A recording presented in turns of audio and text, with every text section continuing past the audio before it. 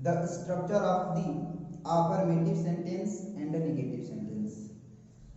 आज हम इस वीडियो में साधारण वाक्य की बनावट, साधारण वाक्य की संरचना के बारे में बात करेंगे और साथ ही साथ निगेटिव मीन्स नकारात्मक वाक्य की संरचना के बारे में बात करेंगे। क्योंकि बहुत सारे स्टूडेंट जब ट्रांसलेशन करते हैं, ट्रांसलेट करते हैं और विभिन्न प्रकार के सेंटेंसेस को इंग्लिश में राइट करते हैं तो उन्हें बहुत प्रॉब्लम क्रिएट होती है कि कहाँ पर सब्जेक्ट को रखा जाए, कौन सब्जेक्ट है, कौन ऑब्जेक्ट है, कौन सा वर्ड जो है हेल्पिंग वर्ब है, कौन सा वर्ड मेन वर्ब है।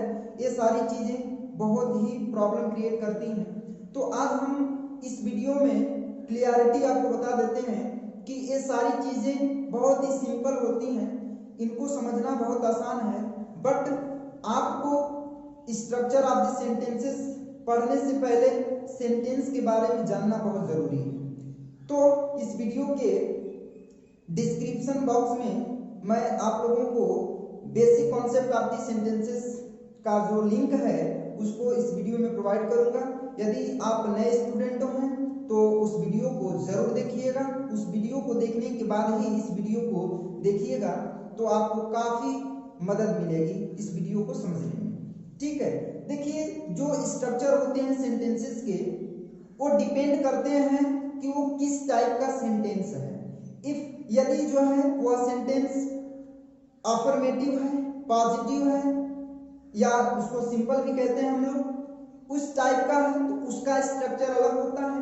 नेगेटिव सेंटेंसेस के स्ट्रक्चर अलग होते हैं और इंट्रोगेटिव के अलग होते हैं। इसी प्रकार इंपरेटिव, ऑप्टेटिव और एक्सक्लेमेटरी के डिफरेंट टाइप से स्ट्रक्चर होते हैं। ठीक है, तो आज हम इस वीडियो में अफर्मेटिव सेंटेंस और नेगेटिव सेंटेंस के स्ट्रक्चर के बारे में बात करेंगे। जो आपके सेंटेंसेस होते हैं, अफर्मेटिव सेंटेंसेस होते हैं, उनको किस टाइप से कैसे बनाते हैं। ठीक है, किस वर्ड को कहाँ रखते हैं, किस वर्ड का प्लेसमेंट सेंटेंस में, अफर्मेटिव सेंटेंस में कहाँ होता है, इसके डिटेल को हम लोग क्या करेंगे, समझेंगे। ठीक है, तो देखिए कई सिचुएशन होते हैं, उन सिचुएशन को समझना होगा और उस सिचुएशन के हिसाब से ही हम लोग क्या करते हैं, वर्ड्स को उसके प्लेसमेंट के अकॉर्डिंग क्या करते हैं, पुट करते हैं। ठीक है, तो पहला स्ट्रक्चर जो है, जब जो है वाक्य में क्या हो,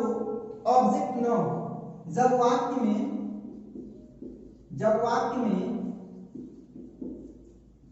कर्म मीन्स ऑब्जेक्ट और verb means main verb no. ठीक है, मीन्स जब वाक्य में ऑब्जेक्ट नहीं हो मौजूद और नहीं मेन वर्ब मौजूद हो तो उसका स्ट्रक्चर अलग होता है। उसको अलग टाइप से हम लोग क्या करते हैं, बनाते हैं। कैसे बनाते हैं आइए समझते हैं। देखिए तो उस सिचुएशन में सबसे पहले हम लिखते क्या हैं, सब्जेक्ट लिखते हैं। सब्जेक्ट मीन्स या तो क्योंकि आप जान रहे हैं कि इसमें जब मेन वर्ब नहीं होगा सेंटेंस में तो उद्देश्य कहेंगे, मीन्स सब्जेक्ट को क्या कहेंगे, उद्देश्य कहेंगे। तो सबसे पहले हम लोग जो है उद्देश्य को पुट अप करेंगे। फिर उसके बाद according two sentences helping verb, helping verb अभी बताएंगे कि हेल्पिंग वर्ब रियल में होता क्या है। सब्जेक्ट लिखेंगे, हेल्पिंग वर्ब लिखेंगे, उसके बाद कंप्लीमेंट लिखते हैं। उसके बाद क्या लिखेंगे, कंप्लीमेंट लिखेंगे। ठीक है, और लास्ट में फुल स्टॉप। ठीक है, यानी कहने का मतलब ये हुआ कि जब वाक्य में क्या हो, जब वाक्य में मेन वर्ब और ऑब्जेक्ट की प्रेजेंटेंसी ना हो तो उस सिचुएशन में हम लोग जो है इस रूल को फॉलो करते हैं। ठीक है, आइए बहुत सारे एग्जांपल्स के माध्यम से इसे समझते हैं। और जो हेल्पिंग वर्ब होती है वो टेंस को बताती है, मीन्स टाइम को बताती है कि वाक्य किस टेंस में है, वाक्य का काल क्या है, यानी जो बात हो रही है वो बात किस काल में हो रही है, उसी के अकॉर्डिंग जो है उसी को हम लोग हेल्पिंग वर्ब कहते हैं। जैसे ओनली प्रेजेंट टेंस में इज एम आर का यूज किया जाता है, सिंपल प्रेजेंट टेंस में, सिंपल पास्ट टेंस में वाज वेयर का यूज किया जाता है, और सिंपल फ्यूचर टेंस में विल बी और शैल बी का यूज किया जाता है। चलिए तो डिटेल में इसको समझते हैं with through the example. Suppose कीजिएगा, पहला एग्जांपल देते हैं, हिंदी में लिखते हैं, बिकॉज अगर हिंदी में नहीं लिखेंगे तो आपको समझने में थोड़ा सा प्रॉब्लम क्रिएट होगा, ठीक है। जैसे एक एग्जांपल लिखते हैं, राम एक ईमानदार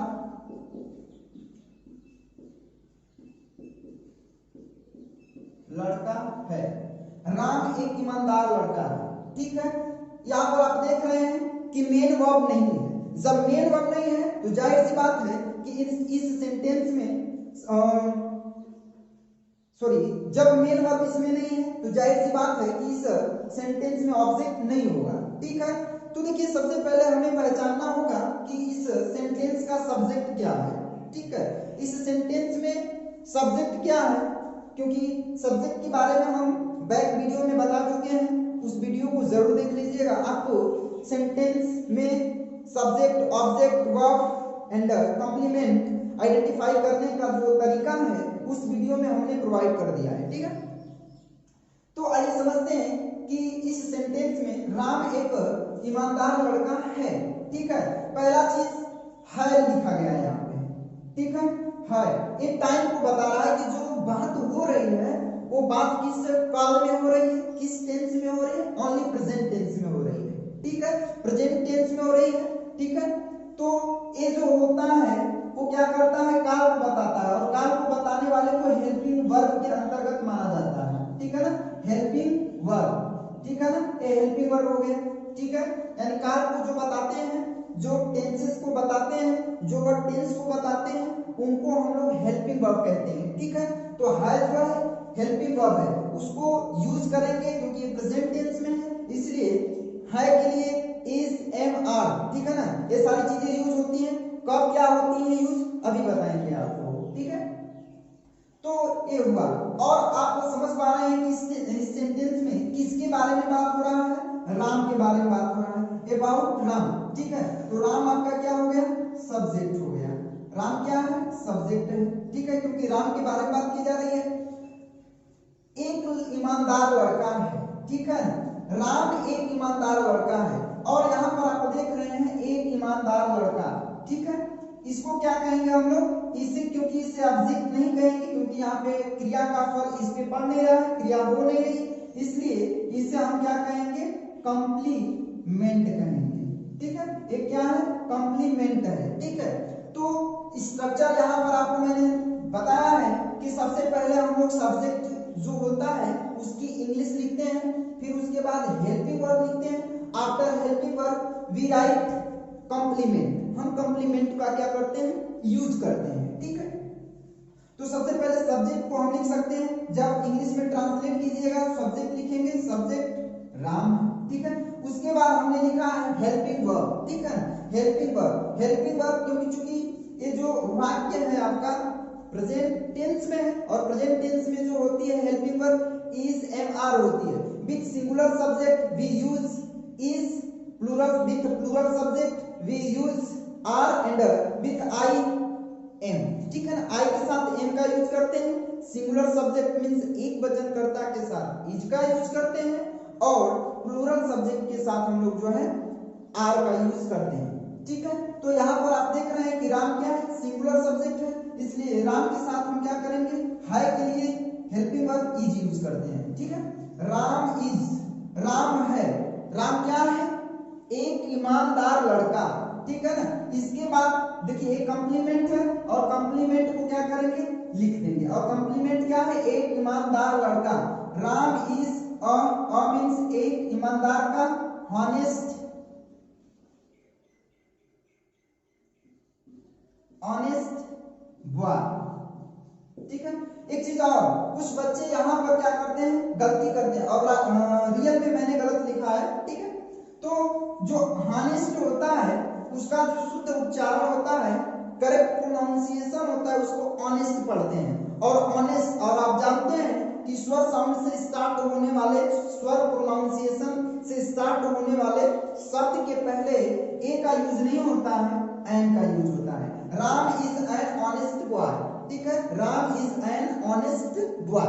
ठीक है, सबसे पहले सब्जेक्ट, फिर हेल्पिंग वर्ब, फिर उसके बाद जो कॉम्प्लीमेंट है उसका प्लेसमेंट होता है। ठीक है, बात समझ में आ रहा है कंप्लीटली? ठीक है, आई होप आपको ये एग्जांपल समझ में आया होगा। चलिए नेक्स्ट एग्जांपल की हम बात करते हैं। नेक्स्ट एग्जांपल, ठीक है,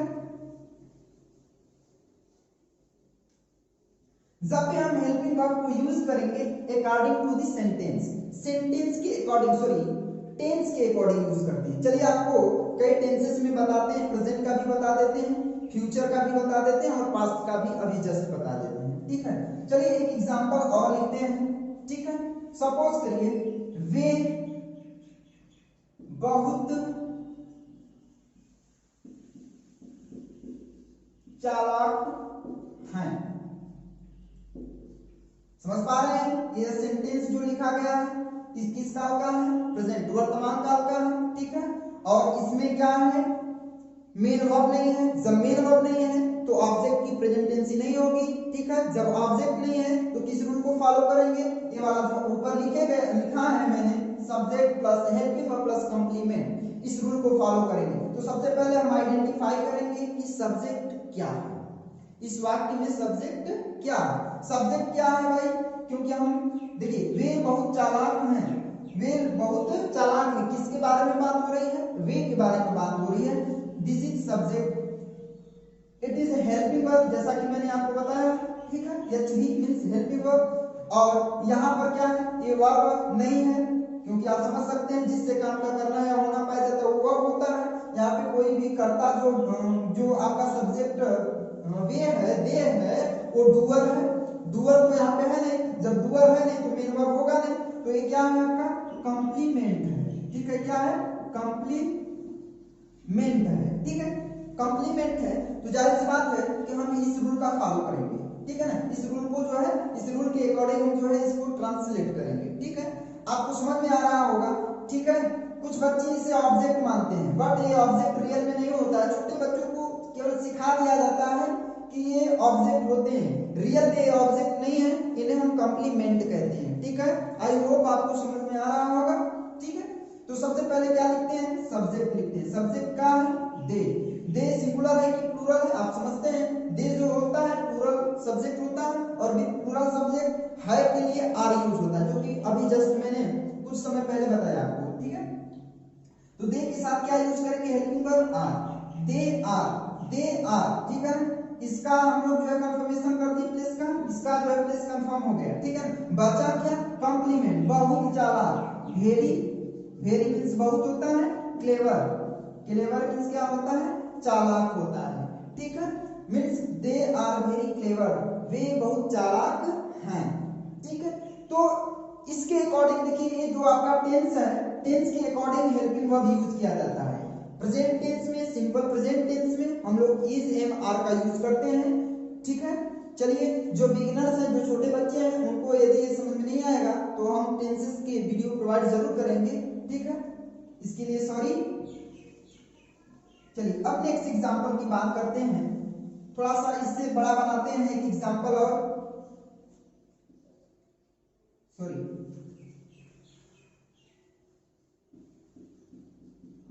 उसका भाई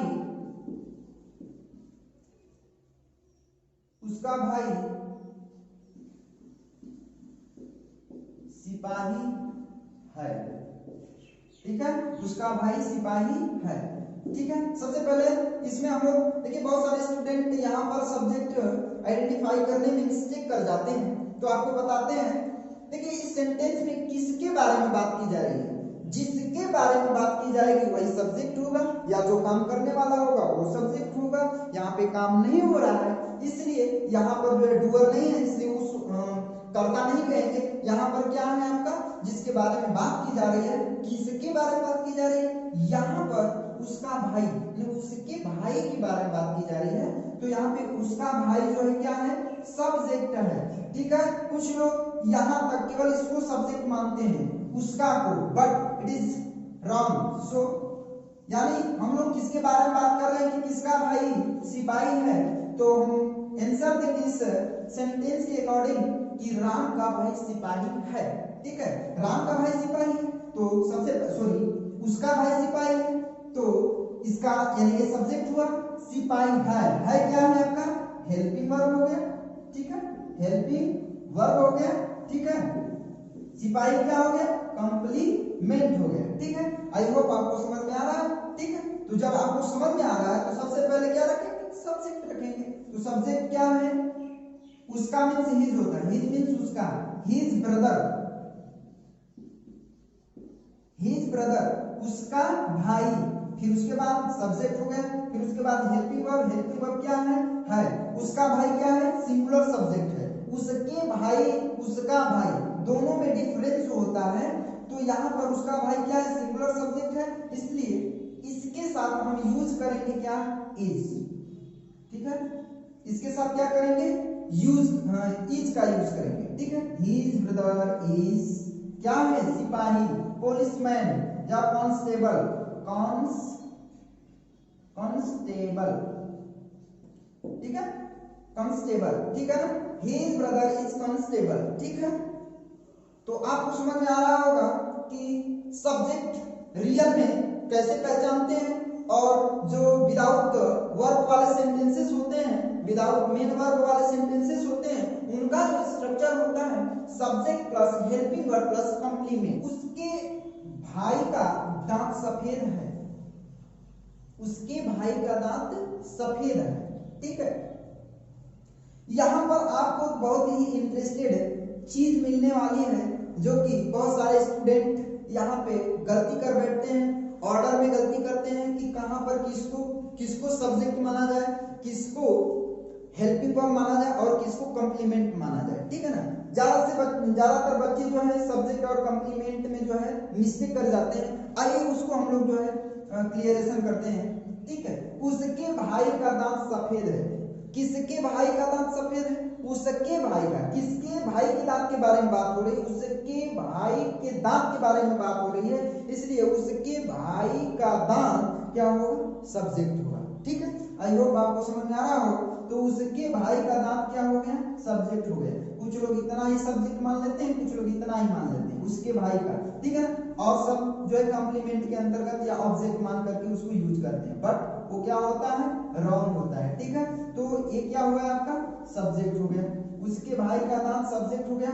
है जो है आपको बता ही दिए हैं, हेल्पिंग वर्ब होता है, और सफेद हो गया यहाँ पर कंप्लीमेंट हो गया। ठीक है, कंप्लीमेंट है। अब सिंपली इस रूल के हिसाब से बनाते हैं। सबसे पहले सब्जेक्ट लिखेंगे, उसके भाई का दांत, हिज मींस उसके, बिकॉज ये क्या है, सिंगुलर सब्जेक्ट, उसके भाइयों का दांत नहीं, उसके भाई का दांत, इसलिए उसके भाई का दांत, ये जो वर्ड है, ये जो लिखा गया है यहां से यहां तक, इसको हम लोग सिंगुलर सब्जेक्ट मानते हैं, है भी।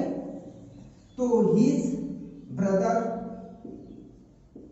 देखिए हिज ब्रदर मींस हो गया उसके भाई, इसमें का लगा है, और लिविंग थिंग्स में का की के का जब संबंध बनाया जाता है तो पॉसेसिव केस होता है, और पॉसेसिव केस में एपॉस्ट्रॉफी यस का यूज किया जाता है।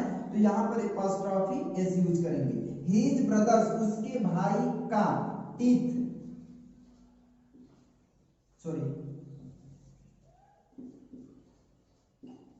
उसके भाई का दांत, हिज ब्रदर्स टीथ, उसके भाई का दांत, क्योंकि सिंगुलर है इसलिए उसके साथ यूज इज क्या करेंगे, फिर उसके बाद क्या लिखेंगे, कंप्लीमेंट। कंप्लीमेंट क्या, वाइट।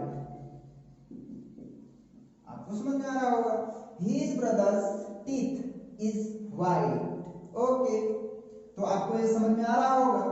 ठीक है, चलिए अब हम बात करते हैं, थोड़ा सा पास्ट टेंस में चलते हैं। क्योंकि यहाँ पे हम लोग टेंस नहीं पढ़ रहे हैं, यहाँ पे हम लोग पढ़ रहे हैं सेंटेंस। तो सेंटेंस के अकॉर्डिंग थोड़ा हम डीपली टेंसेस में नहीं जाएंगे, आपको केवल उनको समझाना है, ठीक है। आइए पास्ट टेंस की कुछ एग्जांपल समझ लेते हैं। जैसे हम बहुत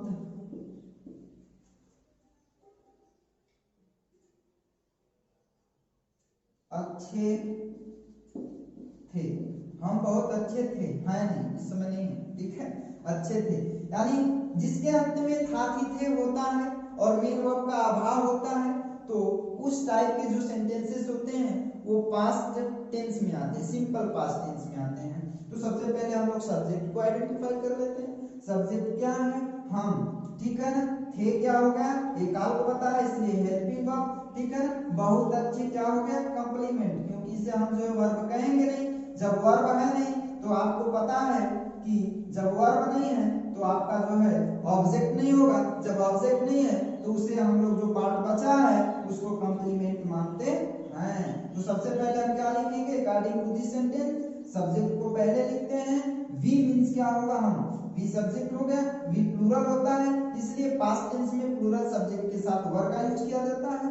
वी वर, हम थे, कैसे थे? बहुत अच्छे थे, वेरी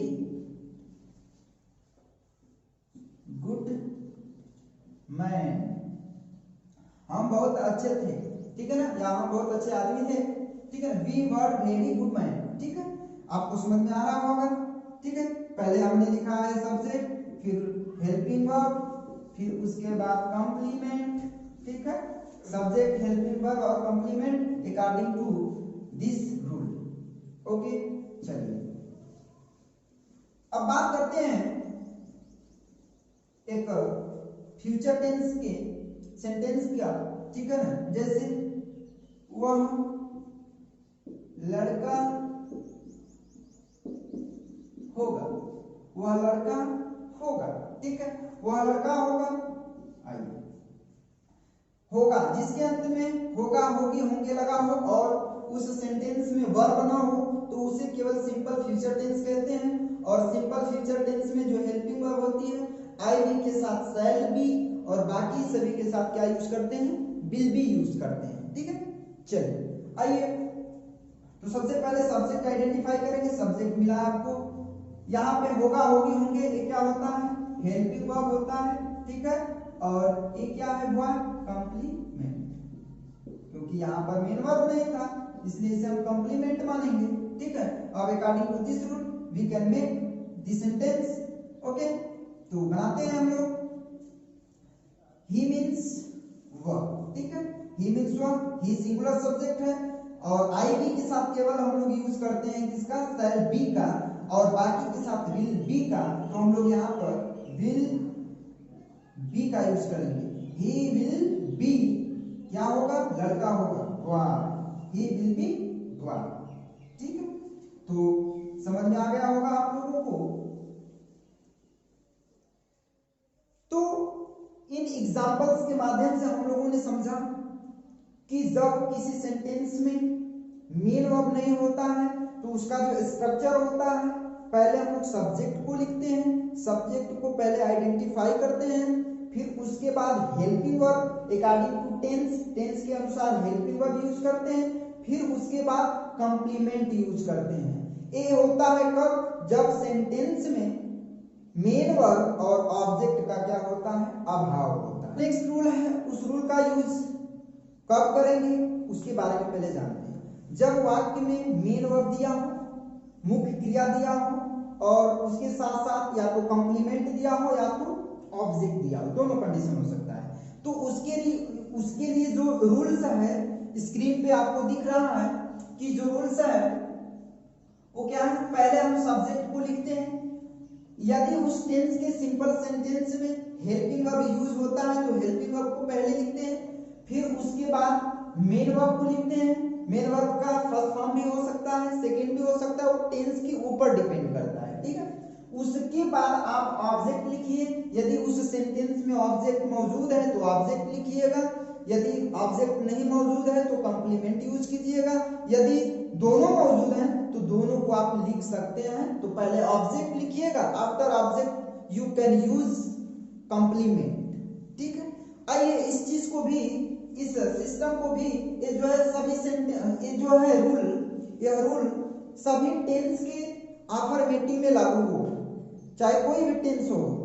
आप जो टेंस पढ़ते हैं, present tense, present indefinite tense, present continuous tense, present perfect, past का पढ़ते हैं और फ्यूचर का पढ़ते हैं, तो उन सारी चीजों में इस रूल को लागू कर सकते हैं।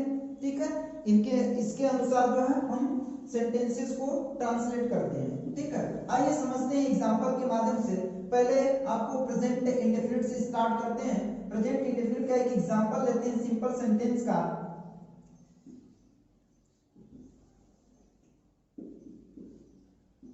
मैं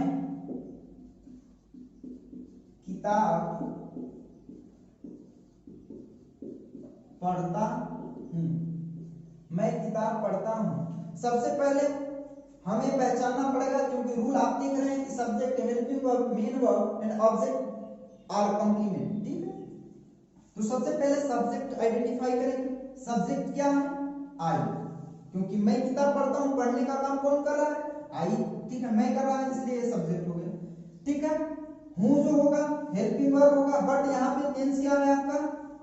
प्रेजेंट इंडेफिनिट है, जिसके अंत में ता ती ते के साथ मैं हूं वो लगाओ तो प्रेजेंट इंडेफिनिट टेंस होता है। ठीक, तो प्रेजेंट इंडेफिनिट टेंस में जो होता है ये ता ती, ता हूं, ती है, ते है, ये क्या होते हैं? हेल्पिंग वर्ब को डिनोट करते हैं। ठीक है, हेल्पिंग वर्ब को डिनोट करते हैं। ठीक है, और पढ़ना क्या होती है आपका? मेन वर्ब होता है, इसे हम कहते हैं मेन वर्ब। ठीक है ना, जो चूंकि आप जो देख रहे हैं कि सब्जेक्ट किसी कार्य को कर रहा है और उसका जो है प्रॉफिट या उसका जो प्रतिफल पड़ रहा है वो किस पे पड़ रहा है? बुक्स पे पड़ रहा है, तो इसे हम क्या कहते हैं? ऑब्जेक्ट कहते हैं। इसका डिटेल मैं दे चुका हूं। ठीक है, यहाँ पे ज्यादा डिटेल नहीं देंगे।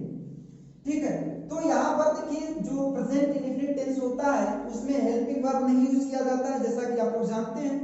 हेल्पिंग वर्ब के नहीं यूज करने के हिसाब से हम लोग जो है मेन वर्ब का जो फर्स्ट फॉर्म होता है, यदि आपका सब्जेक्ट सिंगुलर हो तो मेन वर्ब के फर्स्ट फॉर्म में एस आर ई एस का यूज करते हैं। इफ यदि आपका जो सब्जेक्ट है प्लूरल नंबर में है तो हम लोग जो है उसका केवल मेन वर्ब यूज करते हैं, उसमें एस या ई एस का यूज नहीं करते हैं। ठीक है, तो आपको समझना पड़ेगा यहाँ पे जो आई है वो क्या है? प्लूरल सब्जेक्ट माना जाता है, तो हम लिखेंगे आई सब्जेक्ट पहले यूज करेंगे, फिर उसके बाद हेल्पिंग वर्ब, बट इसमें हेल्पिंग वर्ब यूज नहीं करना होता है, इसलिए हेल्पिंग वर्ब नहीं यूज करेंगे प्रेजेंट इंडेफिनिट टेंस में। तो हम यूज करेंगे क्या? Main verb. मेन वर्ब क्या है? Read, I read. ठीक है, चूंकि आई क्या है आपका? प्लूरल सब्जेक्ट है, तो हम इसमें एस आर ई एस का यूज नहीं करेंगे मेन वर्ब में, तो आई रीड। ठीक है, उसके बाद क्या है? ऑब्जेक्ट। ऑब्जेक्ट क्या है आपका? किताब। I read the book, I read the book. ठीक है, सब्जेक्ट हो गया, मेन वर्ब। ठीक है, मेन वर्ब हो गया, उसके बाद जो है ऑब्जेक्ट हो गया। क्लियर? चलिए आइए, तो ये एग्जांपल आपको समझ में आ रहा है। एक एग्जांपल और देना चाहूंगा आप लोगों को, यहाँ पे थोड़ा सा कॉम्प्लीमेंट भी क्लियर हो जाए। सपोज दैट मैं घर में पढ़ता हूं। मैं की जगह पे कोई और ऑब्जेक्ट सब्जेक्ट लिख सकते हैं, जैसे तुम घर में पढ़ते हो। ठीक है, यहाँ पे ते लिखना होगा, तभी आपका सेंटेंस क्लियर होगा, शुद्ध होगा। तुम घर में पढ़ते हो। ठीक है, क्योंकि इसमें निगेटिव और बहुत सारे जो सेंटेंसेस पढ़े उसके अकॉर्डिंग आप समझ सकते हैं कि ये सेंटेंस अफर्मेटिव का है, और अकॉर्डिंग टू अफर्मेटिव हम अफर्मेटिव के रूल को फॉलो करेंगे, जो कि ऊपर लिखे हैं रूल्स। सब्जेक्ट पहले यूज होगा, फिर हेल्पिंग वर्ब, हेल्पिंग वर्ब है तो यूज करेंगे, नहीं है तो नहीं यूज करेंगे, फिर मेन वर्ब, मेन वर्ब के बाद ऑब्जेक्ट यूज करेंगे, यदि ऑब्जेक्ट नहीं है तो कॉम्प्लीमेंट, या फिर दोनों है तो दोनों को यूज कर सकते हैं आप। ठीक है, चलिए पहले हम यूज करते हैं सब्जेक्ट। पहचान लेंगे आप, यू। यू क्या है? सब्जेक्ट है, आप यू लिख लिए।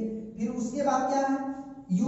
यू के बाद हेल्पिंग वर्ब, क्योंकि ये प्रेजेंट इंडेफिनिट का है इसलिए इसमें जो है हम लोग यूज नहीं करेंगे हेल्पिंग वर्ब। इसमें क्या यूज करेंगे? इसमें पढ़ना। पढ़ना क्या होता है? रीड मींस क्या होता है? पढ़ना। ये मेन वर्ब है, इसमें एस आर एस भी नहीं यूज होगा क्योंकि ये प्लूरल है। ठीक है, प्लूरल सब्जेक्ट है। चलिए यू रीड, ए बन गया, यहां तक बन गया, इंडिकेट करता है टाइमिंग को, टेंस को। अब बचा ए, घर में। घर में को आप ऑब्जेक्ट कहेंगे या कॉम्प्लीमेंट कहेंगे। बात यहाँ पर जो है बहुत ही क्रिएटिविटी यूज पैदा करता है। तो यहाँ पर जो क्रिएटिविटी यूज है, यहाँ पे जो प्रॉब्लम आपके पास आ रही है, तो सबसे पहले हम जो आपको डेफिनेशन बता चुके हैं, जो सिस्टम बता चुके हैं कि ऑब्जेक्ट कैसे फाइंड किया जाता है और मेन वर्ब कैसे कॉम्प्लीमेंट कैसे फाइंड किया जाता है, आप समझ सकते हैं। कर्ता के द्वारा किए गए कार्य का जो लाभ होता है, जो परिणाम होता है, जिस वस्तु पे पड़ता है वहां पर जो है वो ऑब्जेक्ट होता है। बट यहाँ पर देखिए, तुम पढ़ते हो कहाँ पे, घर में। कहाँ पे? ये प्लेसमेंट को यूज करता है, और जो प्लेसमेंट को बोधित करता है, संबोध होता है या बोध होता है, तो प्लेसमेंट को सूचना देने वाले वर्ड्स जो होते हैं उनको कभी भी आप ऑब्जेक्ट के अंतर्गत नहीं रख सकते हैं। उन्हें केवल कहा जाता है, कॉम्प्लीमेंट कहा जाता है। तो आपका जो घर में है वो क्या है? कॉम्प्लीमेंट है, जो कि सेंटेंस को पूरा कर रहा है। You read in house. ठीक है, आई होप आपको यह जो है समझ में आ रहा होगा ये वाला रूल्स। ठीक है, अब हम नेक्स्ट एग्जाम्पल, इसी अकॉर्डिंग टू दिस रूल आप किसी भी टेंस के अफर्मेटिव सेंटेंस को बना सकते हैं। नेक्स्ट रूल जो कि हम बात कर रहे थे अभी, कि जब जो है किसी सेंटेंस में एक ऐसा अफर्मेटिव सेंटेंस है वो जिसमें क्या किया जाए कि मेन वर्ब भी शामिल हो और ऑब्जेक्ट भी शामिल हो सकता है, नहीं भी हो सकता है। तो उस सिचुएशन में जब मेन वर्ब शामिल होता है, उस सेंटेंस में मेन वर्ब का यूज किया जाता है, तो उस सिचुएशन में हम लोग क्या करते हैं कि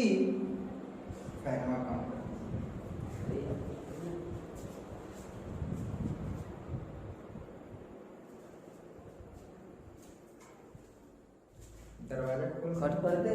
नहीं, वो चलने दीजिए, वो काट देंगे, वीडियो में ही कट जाएगा। हवा आता है। चलिए स्टार्ट कीजिए। स्टार्ट कर रहे हैं, कर लेंगे स्टार्ट। चलिए समझाइए। तो हम लोग बात कर रहे थे अभी कि जब हमारे सेंटेंसेस में जब एक अफर्मेटिव सेंटेंस हो और उस अफर्मेटिव सेंटेंस में मेन वर्ब हो, तो उसके लिए एक पार्टिकुलर रूल, पार्टिकुलर स्ट्रक्चर है जिसके बारे में हम लोग बात कर रहे हैं। ठीक है, तो देखिए, जब मेन वर्ब शामिल होता है सेंटेंस में, तो उस सिचुएशन में हम लोग जो है पहले सब्जेक्ट को लिखते हैं, फिर वर्ब में पहले अगर हेल्पिंग वर्ब उस टेंस के अनुसार आती है तो हेल्पिंग वर्ब को पहले लिखते हैं, फिर उसके बाद एम भी मींस मेन वर्ब को लिखते हैं। उसके बाद यदि ऑब्जेक्ट है तो ऑब्जेक्ट लिखेंगे, नहीं तो कॉम्प्लीमेंट है तो कॉम्प्लीमेंट यूज करेंगे। ठीक है, ये जो है जो हेल्पिंग वर्ब होती है और जो आपके टेंसेस होते हैं, अकॉर्डिंग टू टेंसेस जो है आप बना सकते हैं। टेंस के अनुसार हेल्पिंग वर्ब यूज होती है और टेंस के अनुसार ही आप क्या करते हैं, मेन वर्ब का इस्तेमाल करते हैं। ठीक है, तो आइए हम लोग बहुत सारे एग्जांपल्स को समझते हैं, एग्जांपल के माध्यम से इस स्ट्रक्चर को समझते हैं। पहला एग्जांपल हम प्रेजेंट इंडेफिनिट से लेते हैं। ठीक है, क्योंकि जो वर्ब स्टार्ट होता है टेंस में वो प्रेजेंट इंडेफिनिट से स्टार्ट होता है। ठीक है, मॉडल वर्ब की बात कभी नहीं करेंगे हम लोग, केवल अफर्मेटिव सेंटेंस में जो है मेन वर्ब की बात कर रहे हैं। ठीक है, तो एक एग्जांपल लिखते हैं, वे सब जाते हैं, वे सब जाते हैं। ठीक है, तो सबसे पहले हमें आइडेंटिफाई करना होगा कि सब्जेक्ट क्या है। इसमें सब्जेक्ट के बारे में हम लोग पहले जानेंगे कि सब्जेक्ट इसमें है क्या, तभी तो हम सब्जेक्ट को फर्स्ट प्लेसमेंट पे लिखेंगे। ठीक है, तो जाने का काम कौन कर रहा है, वे शब्द कर रहा है, इसलिए वे शब्द क्या है, आपका सब्जेक्ट है। ठीक है ना, वे सब यहां से लेकर के वे सब क्या है, सब्जेक्ट है। ठीक है जो होता है, जो तात देते हैं, एक काल को बताते हैं कि इंडेफिनिट है या कंटिन्यूस है या कुछ भी हो सकता है। ठीक है, तो ये तो काल को डिनोट है। जाना का क्या होता है, गो। ठीक है, ये आपका क्या हो गया, मेन वर्ब हो गया। ठीक है, मेन वर्ब। और ये जो है ये वाला जो लेटर है वो क्या करता है, टेंस को जो है बताता है। तो आप समझ पा रहे हैं कि आपको मिला सब्जेक्ट। ठीक है ना, तो पहले सब्जेक्ट क्या होगा, दे मींस वे सब, या वे लोग भी होता है। या वे भी कह सकते हैं आप, ठीक है ना। उसके बाद हेल्पिंग वर्ब यूज कर सकते हैं, बट प्रेजेंट इंडेफिनिट के सिंपल सेंटेंस में हम लोग जो है हेल्पिंग वर्ब यूज नहीं करते हैं। सिंगुलर सब्जेक्ट के साथ जो है S or ES main verb में लगाया जाता है, और जो है प्लूरल सब्जेक्ट के साथ जो है मेन वर्ब में एस और ईएस का यूज नहीं करते हैं, ठीक है। आई होप आप लोगों को जो है समझ में आ रहा होगा, ठीक है। तो दे हुआ, दे की बात मेन वर्ब यूज करेंगे, हेल्पिंग वर्ब तो यूज करना नहीं है। मेन वर्ब क्या है? गो। गो मींस जाना, क्योंकि यहाँ पे जो सब्जेक्ट है वो प्लूरल नंबर का है, इसलिए गो केवल रहेगा, उसमें ईएस ऐड नहीं होगा, ठीक है। चलिए अब नेक्स्ट एग्जांपल की हम बात करते हैं। एक पास्ट इंडेफिनिट का टेंस लेते हैं, ठीक है।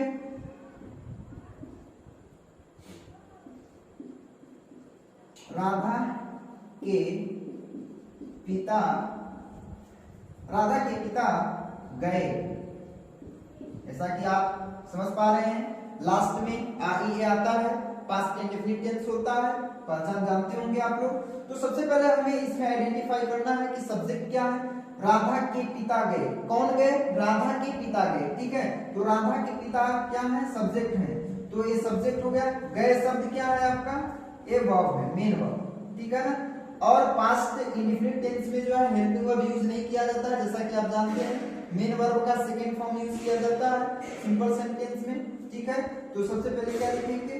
राधा, ठीक है ना। राधा के पिता, क्योंकि काकी के का संबंध दिखाना है तो उस सिचुएशन में हमें एपोस्ट्रोफी एस यूज करते हैं। राधास, ठीक है, फादर, राधा के पिता, राधास फादर, ठीक है ना। जाना, वो मींस जाना होता है, उसका सेकंड फॉर्म क्या होता है? वेंट होता है, ठीक है। चलिए, राधास फादर वेंट, ठीक है। चलिए अब यहाँ पर जो है आपको समझ में आ रहा है कि पहले सब्जेक्ट, ठीक है, उसके बाद वर्ब, वर्ब में helping verb, main verb use कर सकते हैं, अगर है तो यूज किया जा सकता है। फिर उसके बाद ऑब्जेक्ट और कॉम्प्लीमेंट यूज करते हैं, ठीक है। चलिए अब हम बात करते हैं फ्यूचर इंडेफिनिट की। एक सेंटेंस देते हैं, लिखते हैं हम लोग, मैं विद्यालय आज जाऊंगा, मैं विद्यालय आज जाऊंगा, ठीक है। सबसे पहले इसमें हमें फाइंड करना है सब्जेक्ट क्या है, जैसा कि आप जानते हैं जाने का काम मैं कर रहा है, मैं, आई, यहाँ पर क्या होगा? सब्जेक्ट होगा, ठीक है। विद्यालय आज जाऊंगा, ठीक है ना। यहाँ पे जाऊंगा शब्द क्या है? मेन वर्ब है, ठीक है, एमबी मेन वर्ब, ठीक है। कहाँ जाएगा? यानी जो ला हो रहा है मींस कहने का मतलब है जाने का जो क्रिया हो रही है जाने की, वह कहाँ पे जाकर के उसका प्रतिफल हो रहा है? विद्यालय पे हो रहा है, ठीक है ना। तो विद्यालय क्या हो गया आपका? ऑब्जेक्ट, ठीक है, जैसा कि हम बता चुके हैं। और टुडे जो आज शब्द है इसको कॉम्प्लीमेंट, इसको कॉम्प्लीमेंट के अंतर्गत रखा जाता है, ठीक है। तो सबसे पहले स्ट्रक्चर के अकॉर्डिंग जो है हम सब्जेक्ट यूज करेंगे। सब्जेक्ट क्या है? आई, ठीक है ना। जाऊंगा, क्योंकि ये जो है प्रेजेंट फ्यूचर इंडेफिनिट टेंस है, फ्यूचर इंडेफिनिट टेंस में आई भी के साथ सेल यूज होता है, बाकी के साथ विल यूज होता है, तो आई है इसलिए सेल, आई सेल, ठीक है। और मेन वर्ब का फर्स्ट फॉर्म, क्योंकि हेल्पिंग वर्ब पहले लिखेंगे उसके बाद मेन वर्ब का फर्स्ट फॉर्म लगता है आई सेल गो, कहां जा रहा है? टू स्कूल, स्कूल, ठीक है। और कॉम्प्लीमेंट इसके बाद ऑब्जेक्ट हुआ, ऑब्जेक्ट के बाद कॉम्प्लीमेंट क्या है? Today, I shall go to school today, ठीक है। तो मैं विद्यालय आज जाऊंगा, I shall go to school today, ठीक है। आप देख रहे हैं subject, helping verb, main verb, ठीक है, उसके बाद ऑब्जेक्ट, उसके बाद कॉम्प्लीमेंट। तो ये बहुत ही महत्वपूर्ण स्ट्रक्चर है और इस स्ट्रक्चर को समझना बहुत जरूरी है, ठीक है। चलिए देखिए, ये पास्ट इंडेफिनिट और प्रेजेंट इंडेफिनिट, फ्यूचर इंडेफिनिट में ही इस रूल का फॉलो नहीं होगा। आप जो है सिंपल सेंटेंस में मींस जो आप सेंटेंसेस पढ़ते हैं, टेंसेस पढ़ते हैं, उसके अकॉर्डिंग यदि अफर्मेटिव सेंटेंस है तो उसमें क्या होगा कि आप इस रूल को फॉलो कर सकते हैं, तो चाहे वो प्रेजेंट कंटीन्यूअस टेंस हो, प्रेजेंट इंडेफिनिट टेंस हो, प्रेजेंट परफेक्ट टेंस हो, प्रेजेंट परफेक्ट कंटीन्यूअस टेंस हो, या फ्यूचर के भी पार्ट हो सकते हैं, पास्ट के भी पार्ट हो सकते हैं। तो कहीं ना कहीं आपको ये चीज समझ में आ रही होगी कि जो स्ट्रक्चर होता है सिंपल सेंटेंस का, जो कि सबसे पहले हम लोग सब्जेक्ट यूज करते हैं, फिर हेल्पिंग वर्ब होता है तो उसको यूज करते हैं, फिर main verb, after main verb object और कंप्लीमेंट, ठीक है। तो ये जो होता है बहुत ही इंपॉर्टेंट टॉपिक है और इस टॉपिक को बहुत ही क्लियर ढंग से समझना पड़ेगा, नहीं तो हम लोग क्या करते हैं कि सेंटेंसेस को लिखते हैं और उसमें उसके ऑर्डर को नहीं समझ पाते हैं, तो ऑब्जेक्ट को कहीं और लिख देते हैं, कंप्लीमेंट को कहीं और लिख देते हैं, जिसके कारण हमारा जो सेंटेंस होता है वो इनकरेक्ट हो जाता है, जो कि आगे चल करके आपको एक चैप्टर भी मिलेगा करेक्शन का, ठीक है, रीऑर्डरिंग मिलेगा आपको, जिसमें आपको जो है बहुत सारे रूल्स बताएंगे। बट यहाँ पर जो है अफर्मेटिव सेंटेंसेस के जो स्ट्रक्चर होते हैं उस स्ट्रक्चर के बारे में हम आपको बता रहे हैं, ठीक है। अब हम बात करते हैं एक थर्ड स्ट्रक्चर की, जो कि बहुत ही इंपॉर्टेंट है, जो कि आप लोग जानते हैं कि प्रेजेंट परफेक्ट टेंस में भी हैज हैव का यूज होता है, प्रेजेंट टेंस में हैज हैव का यूज होता है पास के अर्थ में, जैसे मेरे पास कलम है, मेरे पास घर है, ठीक है, यहाँ पर होता है। और पास प्रेजेंट परफेक्ट टेंस में भी हैज और हैव का यूज होता है, ठीक है ना। तो आपको बताते हैं, वहां पर हमने बताया कि टेंसेस के अकॉर्डिंग आप जो है इस वाले रूल को फॉलो कर सकते हैं, ठीक है। अब हम बात करते हैं नेक्स्ट स्ट्रक्चर की, सब्जेक्ट प्लस हैज अथवा है, ठीक है। उसके बाद ऑब्जेक्ट होता नहीं है, पास के अर्थ में ऑब्जेक्ट नहीं आता है, कंप्लीमेंट होता है,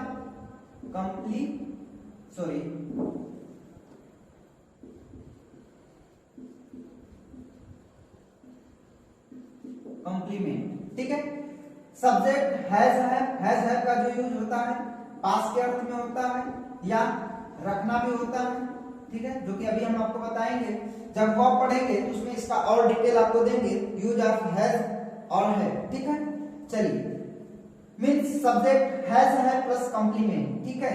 इस स्ट्रक्चर को पढ़ते हैं, ये भी क्या है अफर्मेटिव सेंटेंस के कैटेगरी में कैटेगराइज किया जाता है। जैसे एग्जांपल की हम बात करते हैं, मेरे पास घर है, मेरे पास घर है, जो कि आप देख रहे हैं मेरे पास घर है, इट इज सिंपल सेंटेंस, एक सिंपल सेंटेंस है। सबसे पहले इसे हमें क्या करना होगा, सब्जेक्ट पहचानना होगा, उसके बाद जो है हेल्पिंग वर्ब जो कि मेन वर्ब के रूप में होती है, इसमें हेल्पिंग वर्ब है उसको यूज करेंगे, ठीक है ना। तो मेरे पास, किसके पास, मेरे पास, ठीक है ना। तो यहाँ पर जो होगा मेरे पास किसके बारे में बात हो रही है, मेरा एक व्यक्ति है उसके बारे में बात हो रही है, इसलिए मेरे शब्द को सब्जेक्ट कैटेगरी में कैटेगराइज करेंगे, ठीक है जो होता है। और ये जो पास है तो पास के लिए क्या यूज किया जाता है, हैज यूज किया जाता है, ठीक है। ये आपका हो गया एज लाइक हेल्पिंग वर्ब, समझिए, ठीक है। अब यहाँ पे हाउस क्या है, कंप्लीमेंट है, ठीक है, यानी एक कंप्लीमेंट हुआ और एक क्या हुआ आपका हैज अथवा हैव का यूज है, ठीक है। तो आपको ये सारी चीजें समझ में आ रही हैं। सबसे पहले सब्जेक्ट यूज करेंगे आई, फिर उसके बाद आई के साथ हमेशा जो है हैव यूज होता है, प्लूरल सब्जेक्ट के साथ है, आई हैव हाउस, ठीक है, आपको समझ में आ रहा है। अब हम बात करते हैं मेरे पास घर है, आई हैव हाउस, ठीक है। अब नेक्स्ट एग्जांपल की बात करते हैं, तो इस एग्जांपल में हम लोग बात कर रहे हैं उसके पास कलम है, ठीक है, उसके शब्द क्या है, एज लाइक सब्जेक्ट, कलम क्या है आपका कॉम्प्लीमेंट है, और ये क्या है हैज हैव का यूज है, ठीक है। पास है मींस हैज और हैव, ठीक है। तो सबसे पहले subject according to structure of the sentence, इस स्ट्रक्चर के अकॉर्डिंग जो है सबसे पहले सब्जेक्ट मींस ही, उसके बाद ही के साथ हैज यूज होता है, ही हैज पेन, ठीक है, he has pen. Subject has और हैव पास के लिए होता है, पेन शब्द क्या है कंप्लीमेंट है, और इन एट लास्ट हम लोग जो फुल स्टॉप यूज करते हैं, ठीक है। आई होप आपको ये भी चीज समझ में आ गया होगा, ठीक है। अब हम लोग बात करते हैं एक अगले स्ट्रक्चर की, जो कि अफर्मेटिव से ही रिलेटेड है, जो कि बहुत ही इंपॉर्टेंट है। शायद आप लोग मॉडल वर्ब का नाम सुना होगा, modal verb. What is the modal verb? Modal verb जो होती है can, could, may, might, shall, should, ठीक है। कुड है, माइट है, ये सारी चीजें क्या होती हैं, मॉडल्स के अंतर्गत रखी जाती हैं, मॉडल्स वर्ब कही जाती हैं। तो इनका जो स्ट्रक्चर होता है ये भी अफर्मेटिव में, ये भी वाक्य अफर्मेटिव के अंतर्गत आते हैं। जैसे इसका स्ट्रक्चर होता है subject plus modal verb plus object or complement, sorry modal verb के बाद मेन वर्ब का फर्स्ट फॉर्म, मेन वर्ब का फर्स्ट फॉर्म लगाते हैं, फिर ऑब्जेक्ट आर कंप्लीमेंट, ठीक है, लास्ट में फुल स्टॉप, ठीक है। ये भी एक महत्वपूर्ण स्ट्रक्चर है। इसके अकॉर्डिंग जो है हम मॉडल वर्ब जितनी भी आती है जिसका सिंपल सेंटेंस में मींस अफर्मेटिव में यूज किया जाता है उसके बारे में हम लोग जो है अभी चर्चा करेंगे। सपोज दैट वन एग्जांपल, मैं खेल सकता हूं। खेलना यहाँ पे आप मेन वर्ब, ये मेन वर्ब का रोल अदा कर रहा है, ठीक है, ये मेन वर्ब है। सकना ये मॉडल, उसको मॉडल बोला जाता है, ठीक है। कैन कुड मे माइट ये आपका सब्जेक्ट है, हूं जो है एक टेंस को डिनोट कर रहा है, ठीक है। तो यहां पर हम लोग समझ सकते हैं कि ये है जो कैन मींस होता है सकना, आपको बताएंगे जब वर्ब पढ़ाएंगे, पहले स्ट्रक्चर हम लोग समझ रहे हैं, ठीक है ना। यानी subject plus modal verb plus main verb का first form plus object or complement, ठीक है। तो सबसे पहले सब्जेक्ट यूज करेंगे हम आई, ठीक है। आई के बाद मॉडल वर्ब, मॉडल वर्ब क्या है, कैन, ठीक है। प्रेजेंट टेंस में कैन यूज होता है, पास्ट टेंस में कुड यूज होता है, ठीक है। तो आई कैन, ठीक है, आई कैन, ठीक। हमेशा मॉडल वर्ब के साथ यूज होता है यदि वह सिंगल मॉडल वर्ब है, जैसे कि कैन है, कुड है, सिंगल बोला जाता है। यहाँ पे देखिए कैन है, एक अलग से लिख रहे हैं, कुड है, ठीक है ना, ये सिंगल। अगर इसके साथ अगर सपोज कीजिए कुड के साथ है भी यूज हो जाता है तो उस सिचुएशन में उसके साथ थर्ड फॉर्म यूज होगा। बट जो है यहाँ पर कैन और कुड जो सिंगल मॉडल वर्ब्स होती हैं उनके साथ हमेशा जो है मेन वर्ब का फर्स्ट फॉर्म यूज किया जाता है, ठीक है। तो हमेशा जो है आई कैन, मैं सकता हूं, प्ले, आई कैन प्ले, ये मेन वर्ब हुआ, यानी पहले सब्जेक्ट यूज किए, फिर उसके बाद model verb, modal verb can हुआ, मेन वर्ब का पहला रूप प्ले, ठीक है। उसके बाद इसमें ऑब्जेक्ट और कंप्लीमेंट है नहीं, इसलिए हम यहाँ पे यूज नहीं करेंगे, ठीक है। चलिए एक नेक्स्ट एग्जांपल की बात करते हैं, पास्ट में बात करते हैं। जैसे वे पढ़ सके, ठीक है। यहां पर देखिए ये पास्ट टेंस है, सकना के अर्थ में कैन का यूज होता है, प्रेजेंट में होता है, और कुड का यूज पास्ट में यूज होता है, ठीक है। तो हम बात करेंगे, पहले सब्जेक्ट हुआ, ये मेन वर्ब हुआ, आप समझ सकते हैं मेन वर्ब, और ये मॉडल वर्ब, ठीक है, मॉडल, ठीक है। तो सबसे पहले सब्जेक्ट यूज करेंगे, दे हुआ, फिर उसके बाद मॉडल, मॉडल क्या है, स्ट्रक्चर के अकॉर्डिंग मॉडल कैन नहीं होगा क्योंकि सका सकी सके पास्ट होता है, इसलिए कुड फॉर्म, यानी जो कुड होता है वो पास्ट फॉर्म होता है, कैन का past form could, they could, main verb क्या है, रीड, दे कुड रीड, वे पढ़ सके, ठीक है। तो आपको समझ में आ रहा है कि जो स्ट्रक्चर ऑफ अफर्मेटिव है, जो नेक्स्ट स्ट्रक्चर है, subject modal verb plus main verb का first form plus object plus complement, ठीक है। तो इसके अकॉर्डिंग हम लोग जो है जो सेंटेंसेस होते हैं उनके स्ट्रक्चर को आसानी से समझ सकते हैं, और बहुत सारे एग्जांपल्स हम लोग एक्सप्लेन कर सकते हैं। जैसे कि एक एग्जांपल और हम दे सकते हैं आपको, मैं संभवतः आ सकता हूं।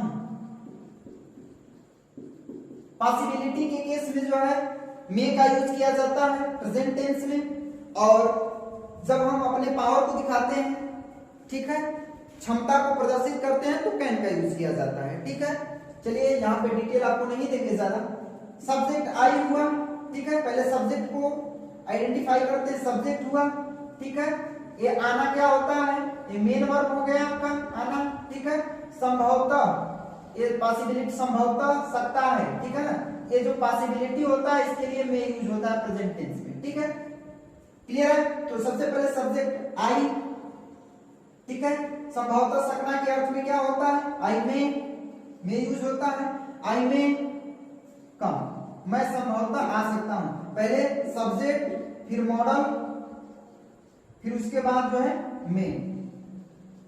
वाह, ठीक है, आई होप आपको समझ में आ रहा होगा। ये भी एक बहुत ही इंपॉर्टेंट स्ट्रक्चर है। तो ये जो अभी आप लोगों को मैंने 4 तरीके के स्ट्रक्चर बताया, ये स्ट्रक्चर अफर्मेटिव सेंटेंस के लिए बहुत ही यूजफुल होते हैं और इसी के अकॉर्डिंग हम लोग जो है अफर्मेटिव के सेंटेंसेस को क्लियरली रूप से, करेक्ट रूप से और अरेंजमेंट ढंग से हम लोग क्या कर सकते हैं? व्यवस्थित कर सकते हैं।